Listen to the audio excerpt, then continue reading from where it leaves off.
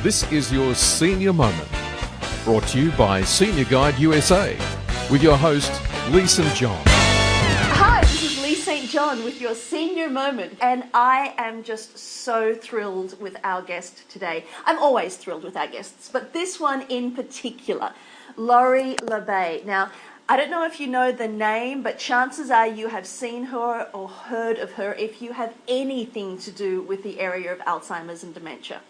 She's not only a passionate advocate for really changing how we think about dementia care, but she's been recognised by Share Care and Dr. Oz, you've heard of him, right? Dr. Oz, as the #1 influencer online for Alzheimer's. So, Laurie, I'm just so delighted to have you here with us today. Welcome. Well, thank you for having me. I'm excited to be here as well. So, Laurie, let's start off the conversation, though, with how you got involved in this arena in the first place. I mean, you're the go-to person when it comes to shifting how we think about Alzheimer's and dementia care. But how did that journey start for you?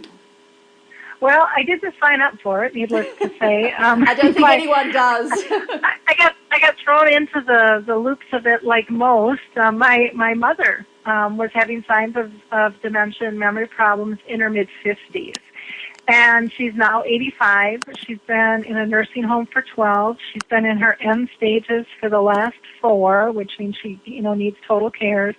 So this has been a really long journey, but one that has been such a gift to me, taught me so much about life and how to communicate and what is important.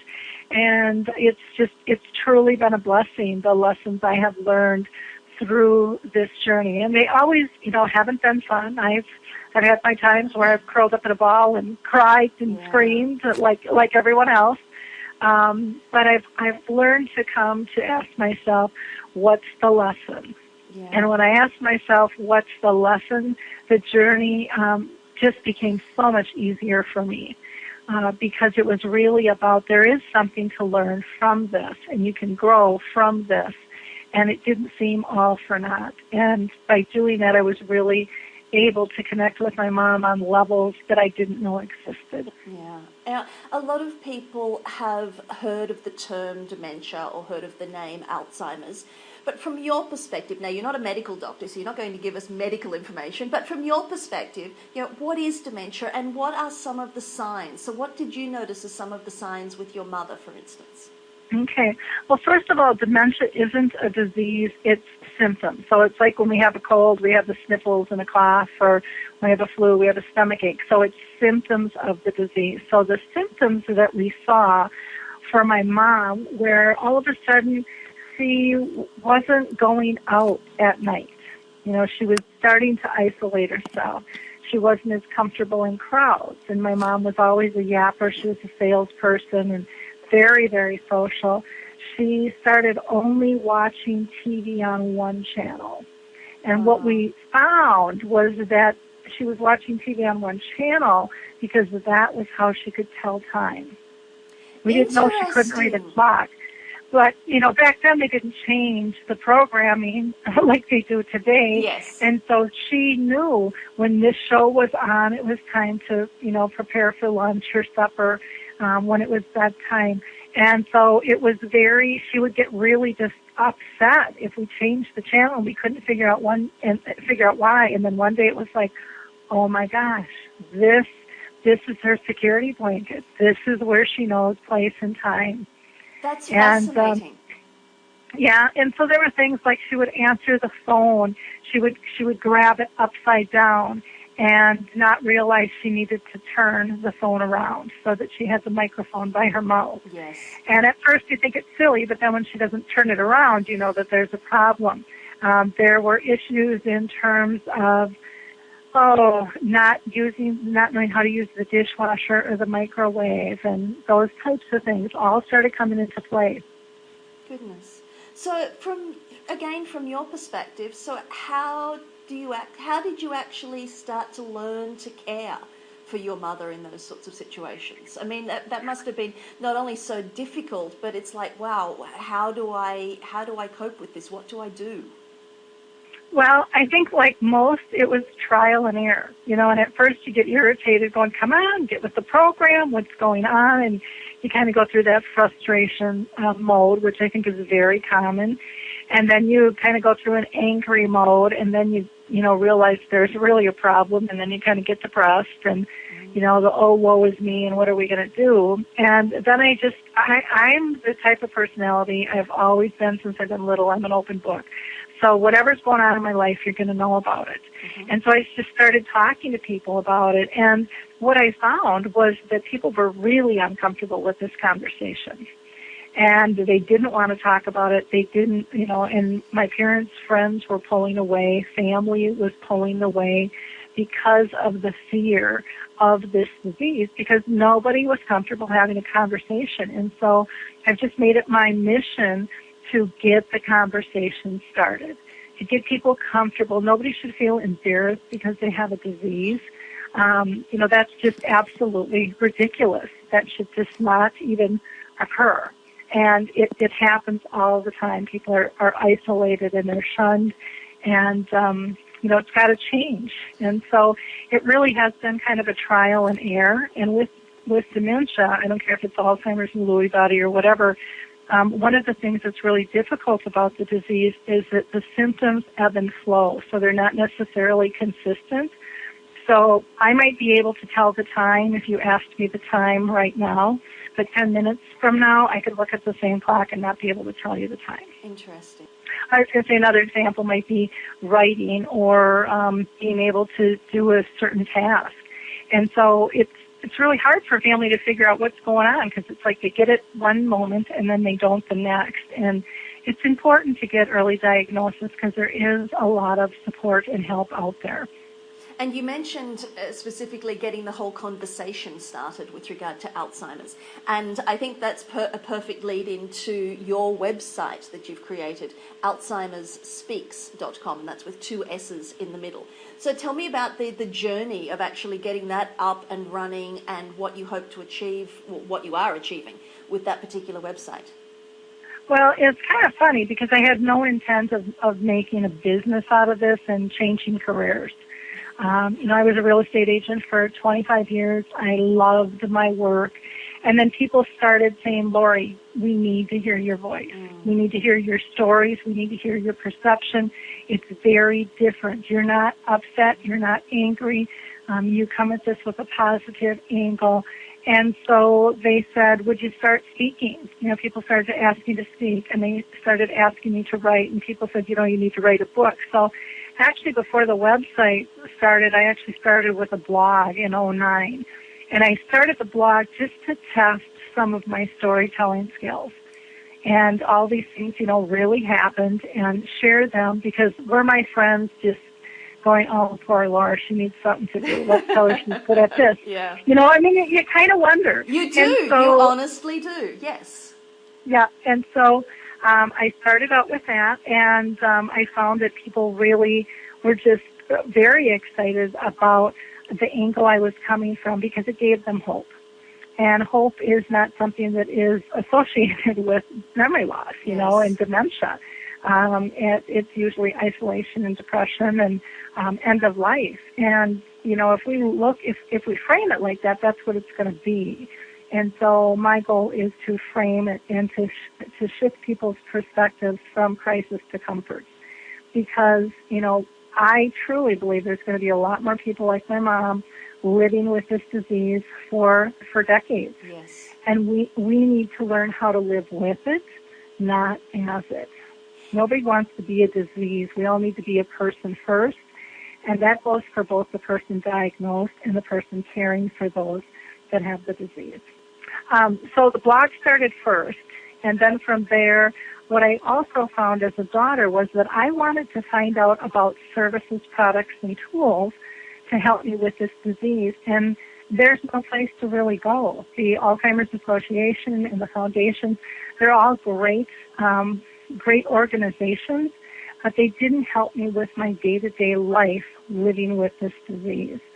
And so I started the resource directory, which anybody who cares provides a service, product, or tool can be in. It's free.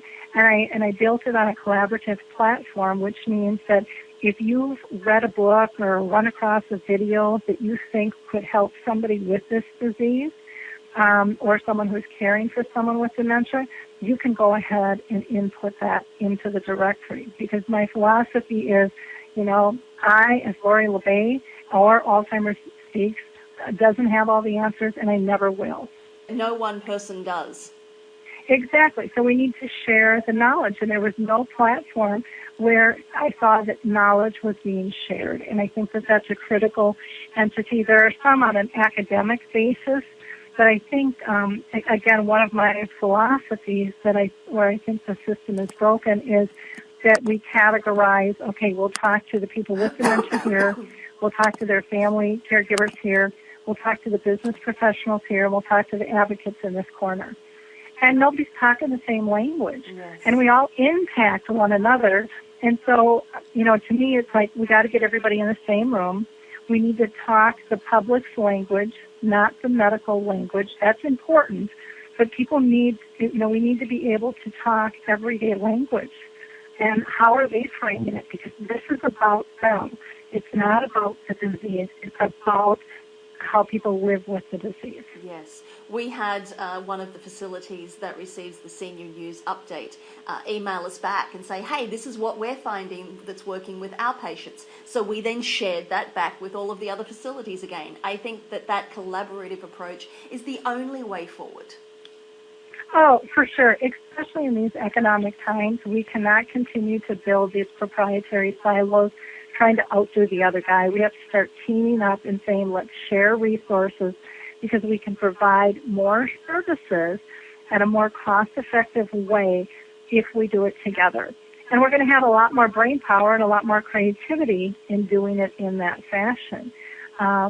That's also why I created the radio show Alzheimer Speaks, where I interview people from all around the world, people that have dementia, family caregivers, business professionals, advocates, researchers, you name it. If somebody has something to say, I want to hear it, good, bad, or ugly. I think everybody's voice needs to be heard and needs to be channeled. And then I also launched Dementia Chats, which is another free platform. That's a webinar series that I do twice a month where I interview people with dementia, and they are the experts. And I think it's critical that we position the people with the disease as the experts, because the doctors and the families, and we just don't know. We're guessing. Precisely. And if people are looking for if you're looking for the link to Alzheimer's Speaks Radio and the webinar series for Dementia Chats, you can find both of those on Laurie's website of Alzheimer's Speaks. Remember, that's 2 S's in the middle, alzheimersspeaks.com. Now, I'm totally there with you. It's all about, we're a community. We're a community of humans on this itty-bitty little planet, and we need to support each other. I definitely agree. And, it's such a simple comment that you made, and you would think everybody gets that. Mm-hmm. And they'll all agree with it. Most people will agree with it, but you take actions to produce that. You're taking those actions. And Laurie, one question that I have for you that seems to be one of the most prevalent asked of us by families of people with Alzheimer's in particular. How do I cope when all of a sudden they now don't know who I am? That's a really interesting question. And it is a difficult one, but once you can reframe it, it's very simple. And what I always tell people is that I'm more than a name. I always have been. I always will be. And so why am I going to get upset when somebody doesn't know my name just because they used to, and now they've got a medical condition where they can't grasp that? That's my ego talking. Yeah. That's making it all about me. And so one example I'll give you is my mom used to call my older brother Chuck, and Chuck was her brother. And Mark would get so mad. He's like, how can she not know who I am? I'm her kid. I've been around for years. How? And he was just livid. And he was so offended. And I said, Mark, you have to realize Mom has gone back in time. Yes. She probably in her mind isn't even married anymore, let alone have kids. Now go look in the mirror. Who do you look like? You look like Uncle Chuck. when he was younger. Yes. That's why she calls you Chuck. You have to let it go. And he said, well, how do you deal with it, when she calls you Grandma? And I said, Mark, I look at it as a blessing. Mom and Grandma did not have a good relationship. My mom's dad passed away when she was like 15 years old from a massive heart attack. And my grandma apparently had kind of a mental breakdown, and she left and traveled and left my mom home alone. Wow. And my mom somehow healed that relationship through me with her dementia, because I would go to the nursing home and she would introduce me to her friends and this is my mother, and she takes such great care of me. What a blessing. I said, to be part of that, I have no idea what I did, and it doesn't matter, but to be part of that healing is a gift. Yes. It's so much bigger than, calling me Lori. And not that doesn't feel good. And the other thing I guess I'd like to mention about names is, for many years my mom did not say my name. She just really can't talk very much anymore. Mm-hmm. And there was one day I went to visit her, and it was a really sunny winter day, and we had like 3 days of clouds and just overcast and just cold and icky. And this day I walked into my mom's room, and I could see she was laying in her bed, and there was a curtain pulled between the two beds, and my mom had the bed towards the window. And I could see that she was laying in her bed. And the shades to the window, the drapes were wide open. And as I turned the corner and look, there's my mom laying in bed. Now picture this. She's about 5'2" and about 300 pounds. And her shirt is tucked under her boobs, and her pants are pulled down to her crotch. And her big old belly is just hanging out, and she has got this smile on her face, and she's like basking in the sun like a cat. And I turned the corner when I saw her, and I immediately started giggling. And I said, oh, Mom, do I have to pull that bikini out for you or what? And in that instant, my mom's eyes opened. She giggled, and she looked me square in the eye, and she said, oh, Lori, I don't think I should wear a bikini. And then she went back to sleep. Now, I sat on the bed, and I cried a bit for 2 hours just rubbing her belly, because I forgot how important that name was to me, because I had let it go. Yes. But I reframed it that was a gift that day, Yes. to remind me of our connection. And so don't ever think that they don't know who you are just because they can't say your name. They're taking everything in. They just can't always spit it out the way they used to. I remember with my great-grandmother, the number of times that she'd look at me and go, now, Dorothy, Kay, Carol, and you. And it was like, yes, Nan. What do you need? Yep. And it really, if you can let the ego go, it's just about the connection. Yes. It really is just about the connection. And, are they comfortable, and do they have fun with you? I mean, that's my goal, just to make sure that she's safe and comfortable and pain-free. Those are my 3 simple goals with my mom. And when I focus on those little things, that's called your memory chip, and it's a tool people can get off the website as well. But when I focus on those 3 little things, I let go of my ego, and I really focus on my mom and what are her needs, not on my emotional needs. Because a lot of times we get wrapped up in this big long list of tasks that are all about the other person, so we think we're being person-centered.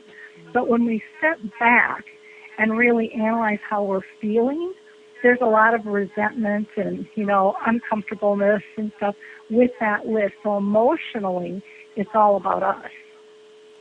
And we need, if we're going to be truly person-centered, we have to be emotionally and task-oriented, focused on them.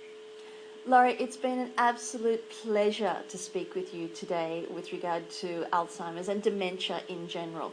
If you have one tip just to leave with people, whether they're seniors who actually think that they may be on early stages of Alzheimer's, or their families, their caregivers who are dealing with this situation, what would be one thing that you would like to leave them with? don't buy into the fear. There's a lot of good life with dementia. And it's just really about shifting your attitude and talk to people about it. There are resources and supports that are phenomenal that will get you through this and help you along. You know, when we're struggling with anything, we need support, and it's there, but you're never ever going to find it if you're not brave enough to ask, if you're not brave enough to have the conversation. So start having the conversation. And speaking of the conversation, perfect link to alzheimersspeaks.com. I've just been so honored to be speaking with Laurie LeBay here today. Thank you so much, Laurie. And again, it's alzheimersspeaks.com if you'd like any more information. That's also where you'll find that link to Alzheimer's Speaks Radio and also the webinar series Dementia Chats. Thank you so much, Laurie, and all the best. Oh, thank you. Have a great day. Thank you. This is Lee St. John with your Senior Moment from Senior Guide USA.